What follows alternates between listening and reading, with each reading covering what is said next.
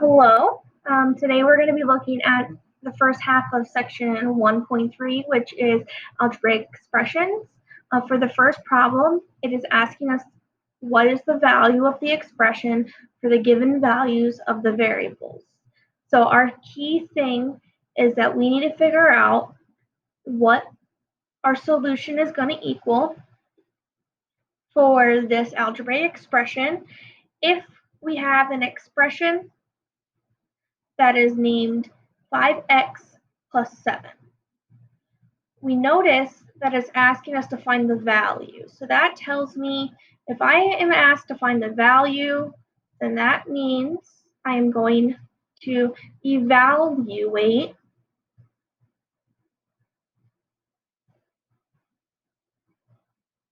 a value in for our variable.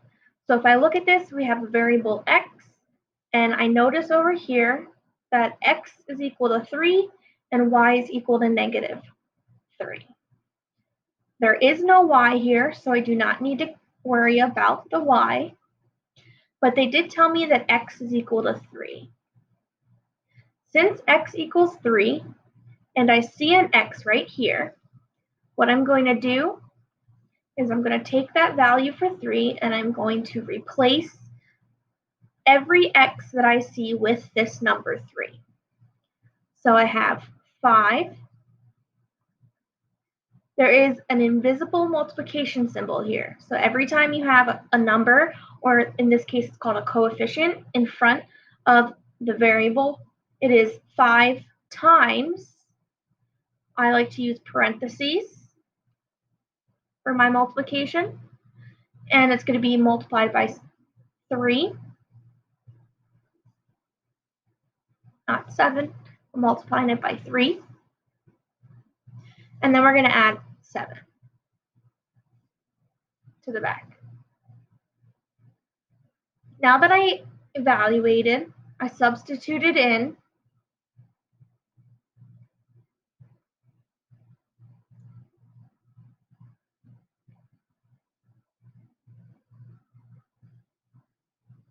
I now am going to simplify.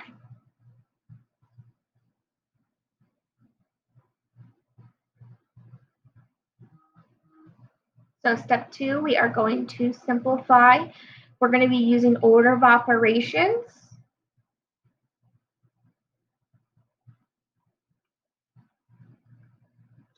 And in order to do order of operations, we're always going to start with multiplication first. So I'm going to do 5 times 3, which is 15. And then I'm going to carry down plus 7. And we now have 15 plus 7, which is 22. And now I know that 5x plus 7 is equal to 22 when x is replaced with 3. Okay? That is it for that problem. Now you need to complete the 3.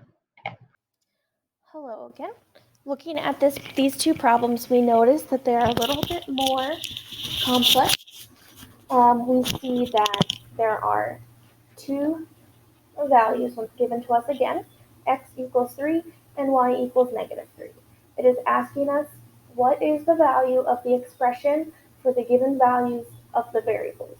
So our 2 variables that are given to us are 3 and negative 3, and they each have a given variable. So 3 has x and negative 3 has y. We are going to substitute once again 3 for all of our x's. So I have this, I'm going to use some colors here. So we got 2. I'm going to put a parenthesis with squared minus 8. Once again, it's 8 times the variable, so it's going to be 8 with times parentheses plus 4. I like to do that step first before I actually substitute in. And then what I'm going to do is I'm going to actually substitute in the numbers now and put it into the blank parentheses. So since this is x, I'm going to put that 3 into that x.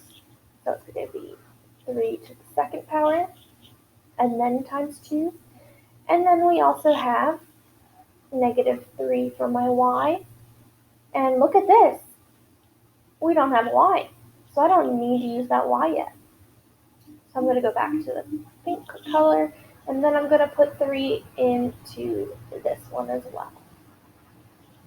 Now, that I did that, we're going to simplify just like before. However, using order of operations, we need to make sure that we use the correct actions because I cannot multiply until my parentheses have no more exponents behind them. If you guys notice here, this exponent is a squared, a 2. So I have to square first. So I got to square or raise 3 to the second power. Okay? So 3 times 3. That is how you can read that. There's 2 3's that I'm multiplying. So it's 3 squared. 3 times 3 is 9. Now I can get rid of that exponent. And now I can simplify that even further. Now that I got rid of my exponent, we're going to get rid of our parentheses. 2 times 9. We're going to multiply. With 2 times 9 is 18. Minus. I notice I have another multiplication, so I might as well get it done all at one time. You don't have to if you do not want to. I prefer to do all my operations at the same time. For 8 times 3 is 24. Carry down that plus 4. Now, we have just addition and subtraction symbols. I personally like to combine all of my positive numbers and then subtract my negatives. However, we can just go left to right.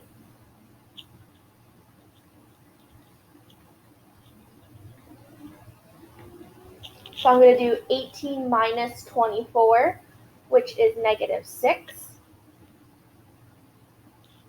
And then I'm going to carry down that plus 4. And now I have negative 6 plus 4, which is equal to negative 2. All right.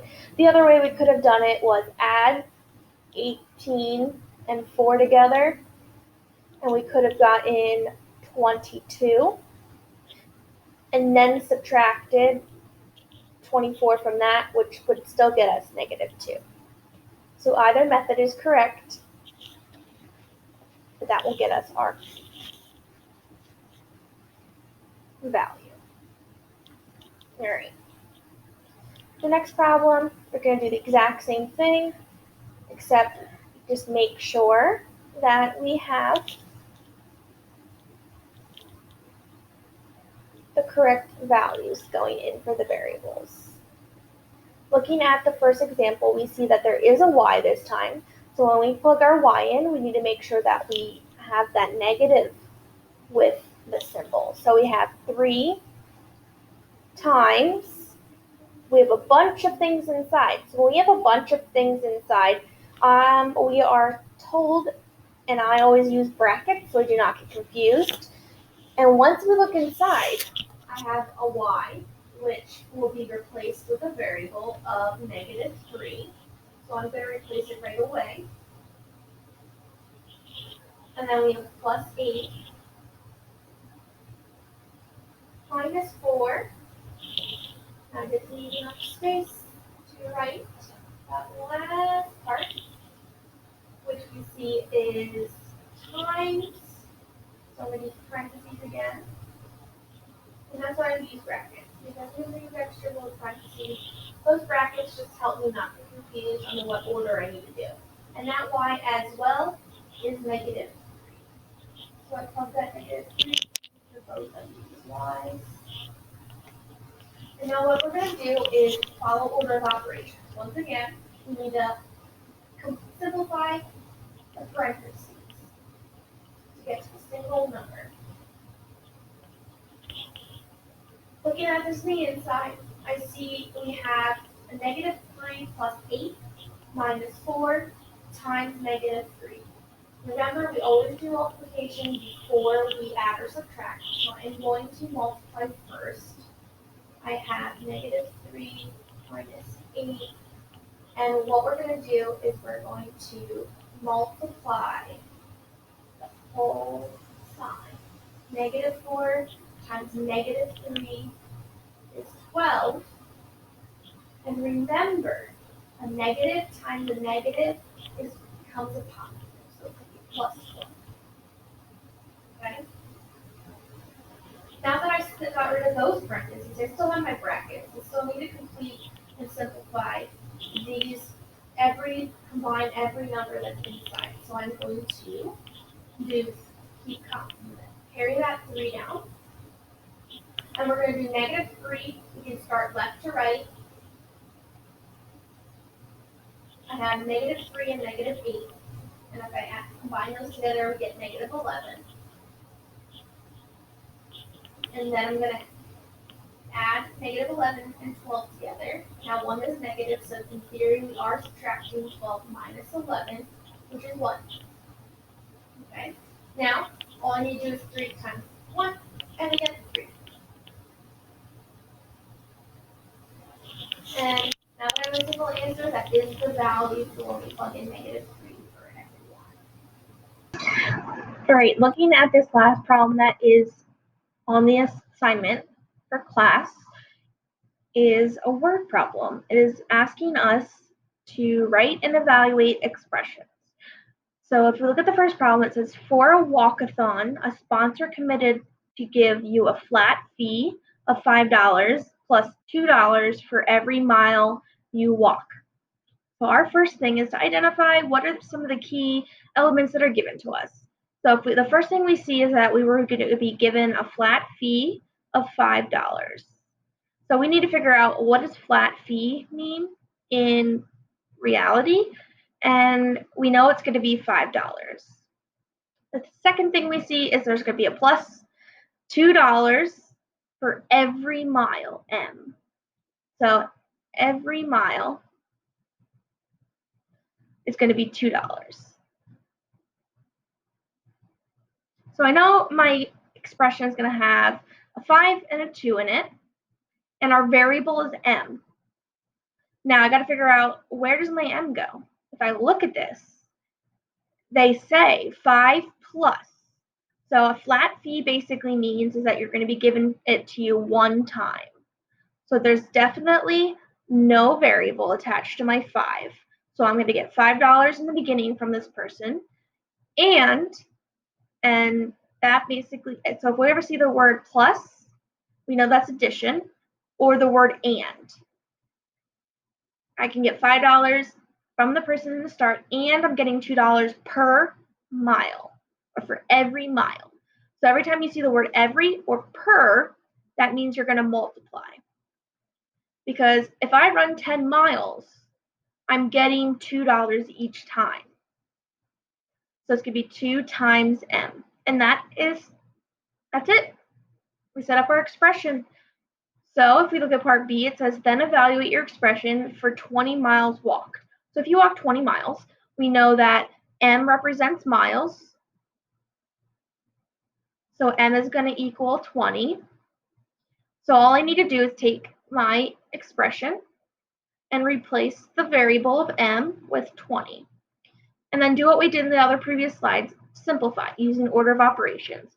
We always multiply first. So I'm going to do 5 plus, carrying that down. 2 times 20 is 40. And then I'm going to add 40 with 5. So I have 40 and plus 5, which is 45. Now we're talking about a real life scenario here, so we have to make sure we label our answer. If you write 45, then you did not satisfy or answer the question.